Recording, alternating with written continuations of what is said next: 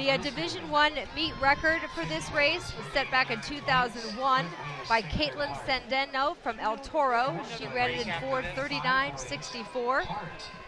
The national high school record, just to put it into perspective, 4:34.78. That was in 2008. Dagny Knudsen from Minot, North Dakota. Spent a lot of time in the indoor pool in North Dakota and getting it done. We're talking a good 30 seconds faster than even this consolation final in the pool.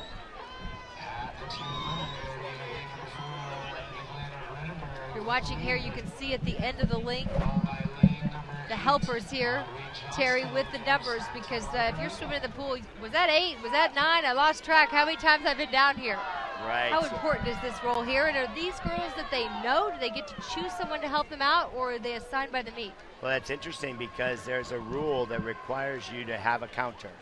And you can't count wrong or you can be disqualified. So if you wanted to, you can't be using the counters to distract another swimmer.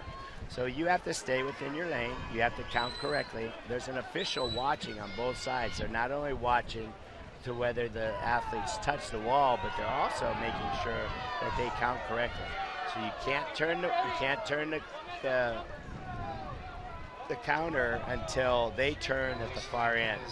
And then you may place it in the water. You can't assist the swimmer, of course, but usually it's put in there for the express purpose so they can see it.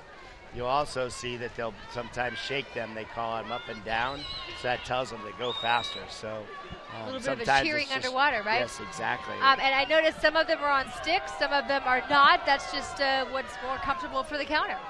Right, and the sticks are a new version, and they brought their own counters with them, and so they brought the one that they prefer. Some people like it high, some people like it very low. Well, and if I'm the counter, I think I prefer the stick. I don't have to lean over as much. Exactly. If you're watching the counters, we're at 15, 17 or so. We need to get to 20 to find a victor in this race. A couple of other notes as we look here at this constellation, and we're getting close here to the end. I'm looking around, Terry. I'm seeing college scouts. I noticed by their shirts that they're wearing, Wyoming, Denver. I've seen a USC. So there are people here watching these swimmers with a purpose to kind of give them an opportunity to swim in college. They are, and many of these seniors have decided on where they're going to go to school, and their coaches are here to watch. Yeah, it's impressive, and it's such supportive. They're already, mentally, the coaches already want them at the college. And they're writing down who the juniors are, the class of 14 and the class of 15. There's the cowbell. That tells us we're on the home stretch here, Terry. Tight race in the middle, 4, 5, and 6. 5's been in the lead. So Nicolene Retberg in lane 4, Bridget McNally in lane 5, and Rochelle Chetwynd in lane 6. Keep an eye in the middle of the pool. Bridget looks great from Ventura, freshman.